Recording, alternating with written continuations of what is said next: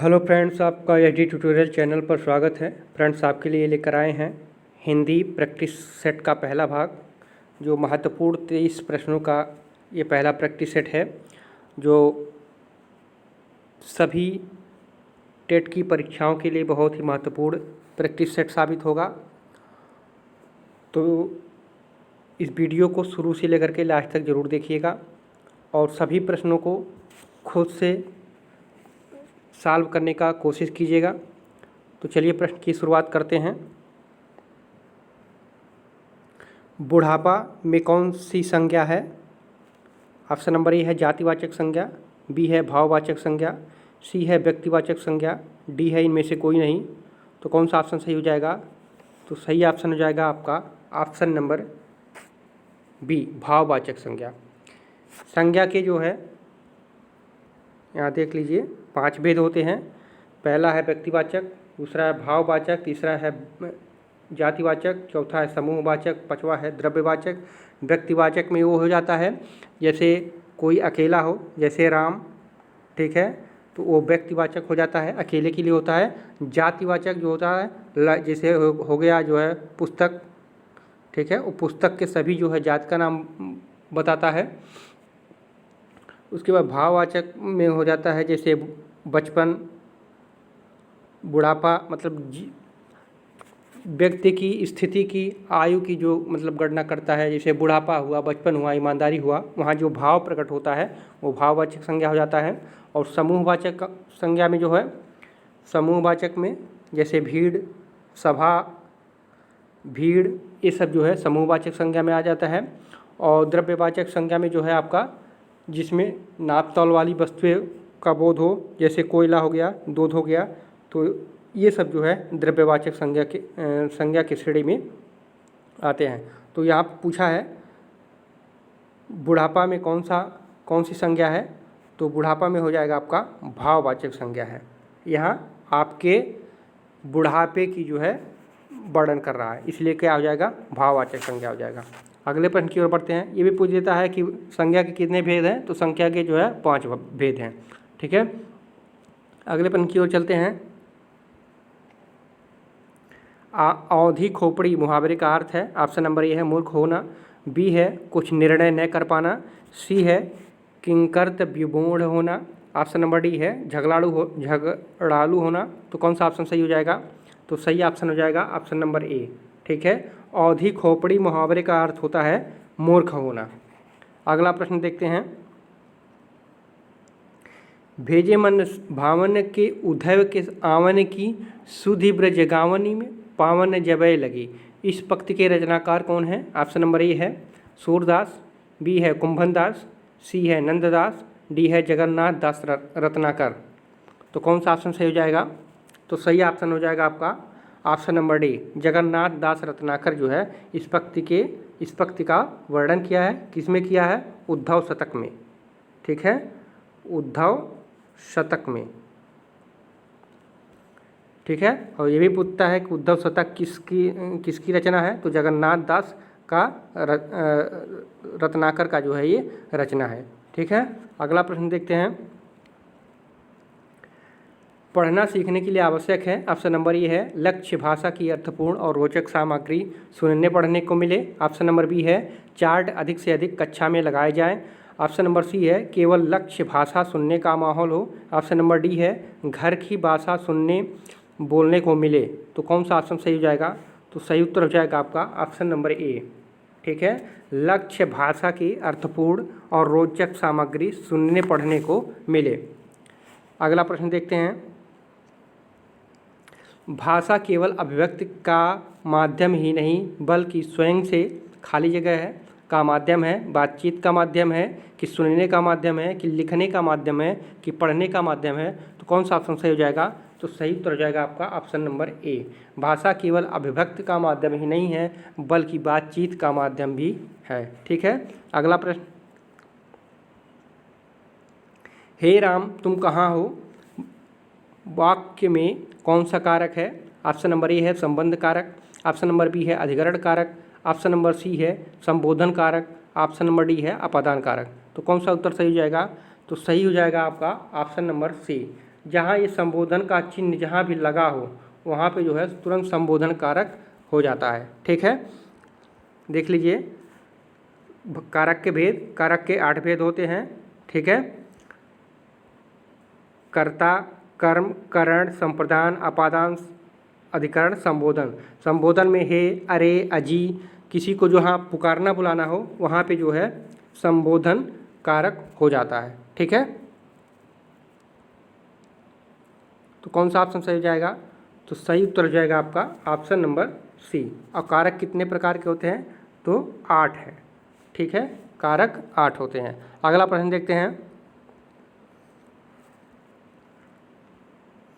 वे शब्द जो धातु या शब्द के अंत में जोड़े जाते हैं उन्हें क्या कहते हैं? ऑप्शन नंबर ए है समास, बी है अव्यय, सी है उपसर्ग, डी है प्रत्यय। तो कौन सा ऑप्शन सही हो जाएगा? तो सही उत्तर हो जाएगा आपका ऑप्शन नंबर डी। ठीक है, उसे प्रत्यय कहते हैं। ठीक है, जैसे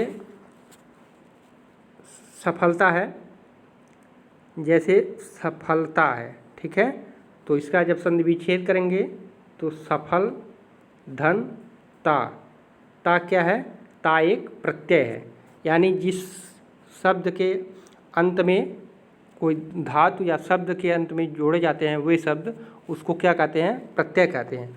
और जो इसके पहले जोड़े जाते हैं, ठीक है, इसके जो पहले अगर लगा दिया जाए तो क्या हो जाता है? वो उपसर्ग हो जाता है। जैसे प्रतियोगिता में अगर प्रतियोगिता का संधि विच्छेद करेंगे तो प्रतिधन योगिता हो जाएगा, तो प्रति क्या हो जाएगा? उपसर्ग हो जाएगा। जो पहले लगेगा वहाँ पे उपसर्ग हो जाएगा और जो बाद में लगेगा वो जो है प्रत्यय हो जाएगा। ठीक है, इतना समझ में आएगा। चलिए अगले प्रश्न की ओर चलते हैं। त्यागपत्र उपन्यास के त्यागपत्र उपन्यास के उपन्यासकार कौन हैं, यानी उसके रचयिता कौन हैं? ऑप्शन नंबर ए है यशपाल, बी है जैनेन्द्र, सी है यज्ञेय, डी है उपेंद्रनाथ अस्क। तो कौन सा ऑप्शन सही हो जाएगा? तो सही उत्तर हो जाएगा आपका ऑप्शन नंबर बी। ठीक है, जैनेन्द्र। त्यागपत्र उपन्यास के उपन्यासकार जो है जैनेन्द्र है। और ये जो त्यागपत्र आई थी ये 1937 में आई थी। ठीक है, इन्होंने 1937 में दिया था। और इसके बाद एक और उनकी मुख्य उपन्यास थी जो है कल्याणी, वो जो है 1939 में आई थी। ठीक है, इनके जो है जैनेन्द्र के बहुत सारे उपन्यास हैं, परख है, सुनीता है, विवर्त है, सुखदा है, व्यतीत है, जयवर्धन है, तमाम सारे जो है उपन्यास हैं। जो मुख्य रूप से त्यागपत्र है उसकी रचना जो है 1937 में किया था। अगला प्रश्न देखते हैं। हिंदी साहित्य के इतिहास के संदर्भ में modern vernacular literature of Hindustan किसने लिखा था? ऑप्शन नंबर ए है गारसा दत्तासी, बी है जॉर्ज अब्राहम गियर्सन, सी है सुनीति कुमार चटर्जी, डी है धीरेन्द्र वर्मा। तो कौन सा ऑप्शन सही हो जाएगा? तो सही ऑप्शन हो जाएगा आपका जॉर्ज अब्राहम गियर्सन। या एक ब्रिटिश जो है अधिकारी थे जो भारत की ICSE की परीक्षा पास करके बिहार और अन्य कई प्रदेशों में जो इन्होंने अपना कार्य दिया और उन्होंने अपनी एक पुस्तक की रचना की जिसका नाम था modern vernacular literature of Hindustan. इसकी जो है रचना जो है 1889 ईस्वी में किए थे। ठीक है, अगला प्रश्न देखते हैं। निम्नलिखित में से कौन सा वाक्य शुद्ध है? ऑप्शन नंबर ए है उसने मुझे पास आने के लिए कहा, बी है उसने मुझे पास आने को कहा, सी है उसने मुझे पास आने को कहा, डी है उसने मेरे को पास आने के लिए कहा। तो कौन सा उत्तर सही हो जाएगा? तो देखिए उसने मुझे पास आने के लिए कहा, बिल्कुल सही लग रहा है। उसने मुझे पास आने को कहा, कुछ नहीं बैठ रहा है। उसने मुझे पास आने को कहा, मुझे पास आने को कहा, कुछ नहीं। उसने मेरे को, ये तो और गलत है। तो कौन सा उत्तर सही हो जाएगा? तो सही उत्तर हो जाएगा आपका ऑप्शन नंबर ए, उसने मुझे पास आने के लिए कहा। ठीक है, अगला प्रश्न देखते हैं। मूक होई बाचाल पंगु चढ़ई गिरवर गहन, जासु कृपा सुदयाल द्रवऊ सकल कलिमल दहन। प्रस्तुत पंक्तियों में कौन सा छंद है? ऑप्शन नंबर ए है सोरठा, बी है चौपाई, सी है दोहा, डी है बरवे। तो कौन सा ऑप्शन सही हो जाएगा? तो सही उत्तर हो जाएगा आपका ऑप्शन नंबर ए, सोरठा है। ठीक है, सोरठा में 4 चरण होते हैं। ठीक है, देखिए यहाँ से लेकर यहाँ तक पंग होई बाचाल, एक पहला हो गया, और यहाँ से लेकर के यहाँ तक जो है ये दूसरा हो गया, तो यहाँ तक तीसरा हो गया ये, और यहाँ से यहाँ तक चौथा होगा। ठीक है, 4 चरण होते हैं, और विषम चरण यानी पहले और तीसरे में, ठीक है, पहले और तीसरे में जो है 11-11 मात्राएं होती हैं, और दूसरे और चौथे में जो है कितनी 13-13 मात्राएं होती हैं। ठीक है, ठीक जो है दोहा के उल्टा होता है। दोहा में क्या होता है, दूसरे और चौथे में 11-11 मात्राएं होती हैं, पहले और तीसरे में जो है 13-13 मात्राएं होती हैं, और सुरठा में जो है वह उल्टा जाता है, पहले तीसरे में 11-11 और दूसरे और चौथे में 13-13 मात्रा होता है। ठीक है, अगला प्रश्न देखते हैं, कौन सी वर्तनी शुद्ध है? ऑप्शन नंबर ए है विशेष, बी है विशेष, सी है विशेष, डी है विशेष। तो कौन सा वर्तनी शुद्ध हो जाएगा? तो आप सब इसको अच्छी तरह से जानते होंगे, बहुत आसान सा प्रश्न है, तो इसका सही उत्तर जाएगा ऑप्शन नंबर ए। अगला देखते हैं, लड़के होकर रोते हो, यह कथन कैसा कथन है? ऑप्शन नंबर ए है भाषा को जेंडर की दृष्टि से पढ़ने को बाध्य करता है, बी भाषा को व्याकरण की दृष्टि से पढ़ने को बाध्य करता है, सी है बच्चों को भाषा की दृष्टि से पढ़ने के को बाध्य करता है, डी है भाषा को अध्यापकों की दृष्टि से पढ़ने को बाध्य होता है। तो कौन सा ऑप्शन सही हो जाएगा? तो सही ऑप्शन हो जाएगा आपका ऑप्शन नंबर ए। ठीक है, लड़के होकर रोते हो, ये जो है भाषा को जेंडर की दृष्टि से पढ़ने को बाध्य करता है। ठीक है, तो ऑप्शन नंबर ए कौन सा सही हो जाएगा? ए। अगला प्रश्न देखते हैं, कहानी के संदर्भ में कौन सा कथन उपयुक्त लगता है? ऑप्शन नंबर ए है कहानी में शुद्ध भाग होना आवश्यक है, बी है कहानी में कथानक का होना आवश्यक है, सी है कहानी में संवाद होना आवश्यक है, डी है कहानी में शुरुआत होना आवश्यक है। तो कौन सा ऑप्शन सही हो जाएगा? तो सही ऑप्शन हो जाएगा आपका ऑप्शन नंबर बी, कहानी में जो है कथानक का होना आवश्यक है। ठीक है, कहानी में शुद्ध भाग का होना ये कोई ज़रूरी नहीं है, संवाद का होना ये कोई ज़रूरी होता है, लेकिन उतनी ज़रूरी नहीं है। जब तक कथानक नहीं होगा, न संवाद होगा, न उसका शुद्ध भाग होगा, न उसकी शुरुआत होगी। ठीक है, प्रश्नों को थोड़ा तोड़ मरोड़ के जो है अपने भाषा में उसको पढ़ेंगे तो अपने आप आंसर जो है उसका आ जाएगा। अगला प्रश्न देखते हैं, एक भाषा के अध्यापक को बच्चों में, ऑप्शन नंबर ए है विविध संदर्भों में भाषा प्रयोगों की क्षमता विकसित करने पर बल देना चाहिए, बी है शुद्ध भाषा प्रयोग की क्षमता विकसित करने पर बल देना चाहिए, सी है भाषा सिद्धांतों की समझ विकसित करने पर बल देना चाहिए, डी है अलंकारिक भाषा प्रयोग की समझ जो है विकसित करने पर बल देना चाहिए। तो कौन सा ऑप्शन सही हो जाएगा? तो सही उत्तर जाएगा आपका ऑप्शन नंबर ए। ठीक है, एक भाषा अध्यापक को विविध संदर्भों में भाषा प्रयोगों की क्षमता विकसित करने पर जो है बल देना चाहिए। अगला प्रश्न देखते हैं, तरणी तनुजा तड़तमाल तरगुर बौछाए में कौन सा अलंकार है? तो ऑप्शन नंबर ए है अनुप्रास, बी है यमक, सी है उत्प्रेक्षा, डी है उपमा। तो कौन सा ऑप्शन सही हो जाएगा? तो सही ऑप्शन हो जाएगा ऑप्शन नंबर ए, जहाँ पर एक ही वर्ड का बार बार आए वहाँ पे जो है अनुप्रास अलंकार हो जाता है। देख लीजिए उसकी परिभाषा यहाँ पे दिखा दे रहे हैं। अनुप्रास शब्द दो शब्दों से मिलकर बना है, अनु और प्रास। ठीक है, यहाँ पर अनु का अर्थ होता है बार बार और प्रयास का अर्थ होता है वर्ड।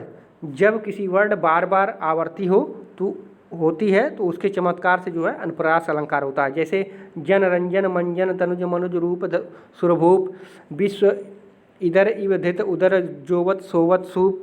ठीक है, तो एक ही अक्षर जो है बार बार जहाँ पे वो आवृत्ति होता है वहाँ पे जो है अनुप्रास अलंकार हो जाता है। ठीक है, आ गया समझ में? अलंकार कितने प्रकार के होते हैं, कभी कभी पूछ लेता है किसके भेद कितने हैं। तो अलंकार के मुख्य रूप से दो भेद हैं, शब्दालंकार और अर्थालंकार। ये जो है उभयालंकार जो होता है ये हमारे सिलेबस में नहीं है, तो इसलिए हम मुख्य रूप से जो है इसे दो ही कह सकते हैं, शब्दालंकार और अर्थालंकार। तो शब्दालंकार में यमक, अनुप्रास, यमक, श्लेष, पुनरुक्त, विवक्षा, वक्रोक्त आ जाता है। और अर्थालंकार में उपमा, रूपक, उत्प्रेक्षा, मानवीकरण, विरोधाभास, संदेह, अतिशयोक्ति, उपमेयोपमा, भ्रांतिमान, इतना जो है होता है। तो मुख्य रूप से दो ही माना जाता है। अगले प्रश्न की ओर चलते हैं। रामचरितमानस में कांड का सही क्रम है। ऑप्शन नंबर ए है सुंदरकांड, अयोध्याकांड, बालकांड, लंकाकांड। बी है बालकांड, अयोध्याकांड, सुंदरकांड, लंकाकांड। सी है अयोध्याकांड, बालकांड, सुंदरकांड, लंकाकांड। डी है लंकाकांड, अयोध्याकांड, बालकांड, सुंदरकांड। कौन सा ऑप्शन सही हो जाएगा? तो सही उत्तर हो जाएगा आपका ऑप्शन नंबर बी। वैसे ही समझ जाना चाहिए कि पहले भगवान राम बालक थे तो उनके बालकांड का पहले वर्णन किया गया, तो वो अयोध्या में रहे तो अयोध्या से जो है बढ़े, और जो है सुंदरकांड उसके बाद है, उसके बाद तब जो है सुंदरकांड के बाद जो सबसे अंतिम कांड करते हैं तो लंका कांड ही करते हैं। तो ऑप्शन नंबर जो है बी सही हो जाएगा। कुल कितने रामचरितमानस में कुल कितने कांड हैं? तो कुल जो है 7 कांड हैं। बालकांड, अयोध्याकांड के बाद आता है अरण्यकांड, ठीक है, उसके बाद किष्किंधा कांड आता है, तब सुंदरकांड आता है, तब लंका कांड आता है। कुल टोटल जो है 7 कांड हैं, ठीक है। और रामचरितमानस के रचयिता कौन है? आप सब जानते होंगे, तो तुलसीदास जी हैं, ठीक है, तुलसीदास, ठीक है। अगले प्रश्न की ओर बढ़ते हैं। पराधीन सपनऊ सुख नाही किस रचनाकार का पक्ति है? ऑप्शन नंबर ए है कबीरदास, बी है रैदास, सी है सूरदास, डी है तुलसीदास। तो कौन सा ऑप्शन सही हो जाएगा? तो सही उत्तर हो जाएगा आपका ऑप्शन नंबर डी, तुलसीदास, ठीक है। पराधीन व्यक्ति कभी सुख का अनुभव नहीं कर सकता, ये जो है पराधीन सपने सुख नाही का जो है अर्थ हो जाएगा। इसके रचनाकार तुलसीदास हैं। अगला प्रश्न देखते हैं। बिना पढ़ा हुआ अंश वाक्यांश के लिए एक शब्द होगा। ऑप्शन नंबर ए है अपठित, ऑप्शन नंबर बी है अपभ्रंश, ऑप्शन नंबर सी है मौलिक, ऑप्शन नंबर डी है अपठनीय। तो कौन सा ऑप्शन सही हो जाएगा? तो सही उत्तर हो जाएगा आपका ऑप्शन नंबर ए, बिना पढ़ा हुआ अंश जो होता है उसे एक शब्द में अगर कहना हो तो अपठित हो जाएगा, ठीक है। अगला देखते हैं। सरस्वती पत्रिका के संपादक कौन थे? ऑप्शन नंबर ए है भारतेंदु हरिश्चंद्र, बी है बालकृष्ण भट्ट, सी है महावीर प्रसाद द्विवेदी, डी है बालमुकुंद गुप्त। तो कौन सा ऑप्शन सही हो जाएगा? तो सही उत्तर हो जाएगा महावीर प्रसाद द्विवेदी। सरस्वती पत्रिका के संपादक जो है महावीर प्रसाद द्विवेदी थे। इसका प्रकाशन कहाँ से होता था सरस्वती पत्रिका का? तो ये इलाहाबाद से, ठीक है, ये भी प्रश्न पूछता है कहाँ से? इलाहाबाद से होता था। और सरस्वती पत्रिका का जो है प्रकाशन कब हुआ? तो ये हुआ था 1900 ईस्वी में, ठीक है। 3 प्रश्न यहाँ से बनते हैं। सरस्वती पत्रिका के संपादक कौन थे? महावीर प्रसाद द्विवेदी थे। सरस्वती पत्रिका का प्रकाशन कहाँ से होता था? तो इलाहाबाद से होता था। सरस्वती पत्रिका का प्रकाशन कब हुआ? तो 1900 ईस्वी में हुआ। तीनों प्रश्नों को जो है अच्छी तरीके से देखिएगा, याद रखिएगा। अगला प्रश्न देखते हैं। वर्णों के उस समूह को जिससे कोई निश्चित अर्थ निकलता हो कहा जाता है। ऑप्शन नंबर ए है शब्द, बी है वर्ण, सी है वर्ण समूह, डी है वक्तव्य। तो कौन सा ऑप्शन सही हो जाएगा? तो सही उत्तर हो जाएगा आपका ऑप्शन नंबर ए, ठीक है, शब्द। वर्णों के उस समूह को जिससे कोई निश्चित अर्थ निकलता है उसे क्या कहा जाता है? उसे जो है शब्द कहा जाता है। जैसे अभी आप लोग ऊपर वाले प्रश्न में देखे हैं कि यहाँ पर हम दिखा दे रहे हैं एक बार और। बिना पढ़ा हुआ अंश का एक शब्द में क्या हुआ? अपठित हुआ। तो वही यहाँ क्वेश्चन पूछ रहा है, वही पूछ रहा है वर्णों के उस समूह को जिससे कोई एक निश्चित अर्थ निकलता हो उसे क्या कहा जाता है? तो उसे जो है शब्द कहा जाता है, ठीक है। अगला प्रश्न देखते हैं। वे कथन जो आपसी व्यवहार में सामान्य रूप से प्रयुक्त होते हैं उन्हें कहते हैं। ऑप्शन नंबर ए है अनौपचारिक कथन, बी है औपचारिक कथन, सी है प्रासंगिक कथन, डी है तर्कसंगत कथन। तो कौन सा ऑप्शन सही हो जाएगा? तो सही उत्तर हो जाएगा आपका ऑप्शन नंबर ए, ठीक है, औपचारिक कथन होता है। वे कथन जो आपसी व्यवहार में सामान्य रूप से प्रयुक्त होते हैं उन्हें जो है अनौपचारिक कथन कहा जाता है। अगला प्रश्न देखते हैं। अमृत का पर्यायवाची शब्द होगा हय, बी है सुधा, सी है सस्य, डी है वर्ण। तो कौन सा उत्तर सही हो जाएगा? तो सही उत्तर हो जाएगा आपका अमृत का पर्यायवाची शब्द सुधा है, ठीक है। और भी होता है अमीय, सोम, पीयूष, अमी, ठीक है। हय किसका होता है? तो हय घोड़ा का होता है, ठीक है। सस्य किसका होता है? तो सस्य अनाज का होता है। ये सब याद करते रहिएगा। वर्ण किसका होता है? तो वर्ण जो है अक्षर का होता है, ठीक है। और अमृत किसका होता है? तो अमृत का पर्यायवाची जो है सुधा होता है। अगला प्रश्न देखते हैं। पाहुना का तत्सम शब्द है, ऑप्शन नंबर ए है पाहुन, बी है प्रागुण, सी है प्राग, डी है प्रघात। तो कौन सा ऑप्शन सही हो जाएगा? तो सही उत्तर हो जाएगा आपका ऑप्शन नंबर बी प्रागुण। पाहुना का तत्सम शब्द जो होता है वो प्रागुण होता है। तत्सम और तद्भव देख लीजिए थोड़ा सा। तत्सम का अर्थ होता है उसके समान या ज्यों का त्यों, अर्थात तत् उसके सम अर्थात समान। किसी भाषा के मूल शब्दों को तत्सम कहा जाता है, परंतु प्रयोग में किए जाने के बाद इन शब्दों का स्वरूप बदलता जाता है। यह स्वरूप मूल शब्द से काफ़ी जो है भिन्न हो जाता है। तत्सम शब्दों के इसे बदले हुए रूप को जो है तद्भव कहा जाता है। ठीक है, अब तत्सम तद्भव देख लीजिए। जैसे अमृत है, तो ये अमृत संस्कृत भाषा है, इसका पहले सर्व प्राचीन नाम अमृत है, लेकिन इसको बदलते लोग अमीय तक कर दिए। ठीक है, ऐसे अगम्य था तो इसको अगम कर दिए, अन्यत्र था अनत कर दिए, आम्रचूर्ण था तो आमचूर कर दिए। ठीक है, अन्न था, देख लीजिए अन्न था तो उसको आज लोग क्या कहने लगे? अनाज कहने लगे। ठीक है, तो ऐसे ये सब सारे शब्द हैं, आप लोग इसको नोट कर सकते हैं या तो स्क्रीनशॉट कर सकते हैं। तो जो प्राचीन शब्द यानी संस्कृत शब्द से मिलता जुलता है वो तत्सम हो जाता है, और जो उससे भी उसी का अर्थ भले ही बताए लेकिन उसका नाम उससे अलग हो तो उसे जो है तद्भव कहा जाता है। ठीक है, तो यहाँ देख सकते हैं क्या पूछा था, तो पाहुना का पूछा था, तो पाहुना का क्या हो जाएगा आपका? प्रागुण हो जाएगा। ठीक है, अगला प्रश्न देखते हैं।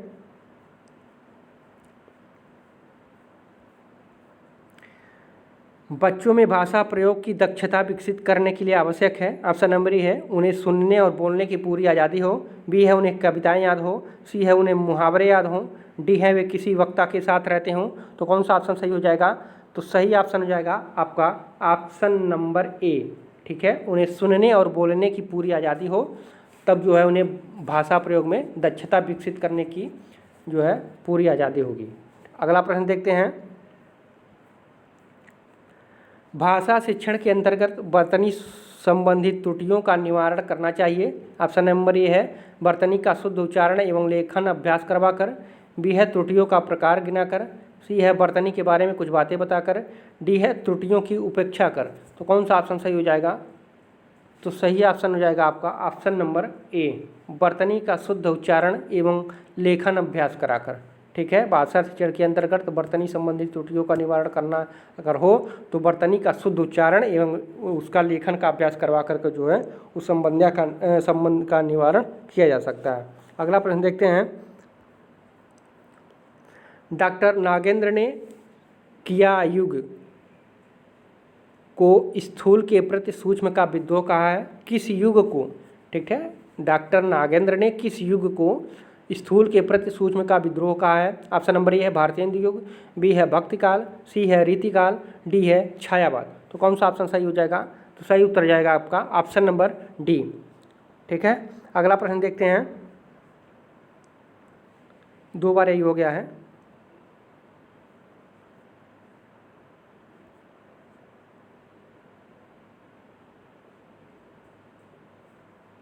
एक 129 नंबर देखते हैं। किसी का बात का गूढ़ रहस्य जानने वाला वाक्य के लिए एक शब्द क्या होगा? मर्मज्ञ, बी सुभज्ञ, सी विद्वान, डी निगूढ़। तो कौन सा ऑप्शन सही हो जाएगा? तो सही ऑप्शन हो जाएगा आपका ऑप्शन नंबर ए मर्मज्ञ। किसी बात का गूढ़ रहस्य जानने वाला जो होता है उसको क्या कहते हैं एक शब्द में? तो मर्मज्ञ कहते हैं। ठीक है, अगला प्रश्न देखते हैं और आप आज का अंतिम प्रश्न होगा इस प्रैक्टिस सेट का। निम्न में से किस पत्रिका का संबंध इलाहाबाद से है? ऑप्शन नंबर ए है ब्राह्मण, बी है हिंदी प्रदीप, सी है समन्वय, डी है माधुरी। तो कौन सा उत्तर सही हो जाएगा? तो सही हो जाएगा आपका option number B Hindi Pradeep. ठीक है, हिंदी प्रदीप जो है इसकी रचनाकार कौन है? तो बालकृष्ण भट्ट हो जाएंगे। ठीक है, बालकृष्ण भट्ट। और अभ्युदय साप्ताहिक भी जो है, अभ्युदय एक पत्रिका थी जो साप्ताहिक निकलती थी, वो भी जो है इलाहाबाद से निकलता था। उसके जो रचयिता थे मदन मोहन मालवीय थे। और एक प्रतीक था, ये द्विमासिक पत्रिका थी, ये भी जो है इलाहाबाद से निकाली जाती थी। इसके मतलब रचनाकार जो थे वो यज्ञ थे। ठीक है फ्रेंड्स, ये रहे आपके जो है 30 प्रश्न। अगर आपको वीडियो हेल्पफुल लगी हो तो वीडियो को जो है लाइक करें, चैनल को सब्सक्राइब करें और फिर अगले वीडियो में मिलते हैं इसी तरह के मोस्ट 30 प्रश्न के साथ, जो वो प्रैक्टिस सेट दूसरा होगा। तो पूरा वीडियो देखने के लिए धन्यवाद।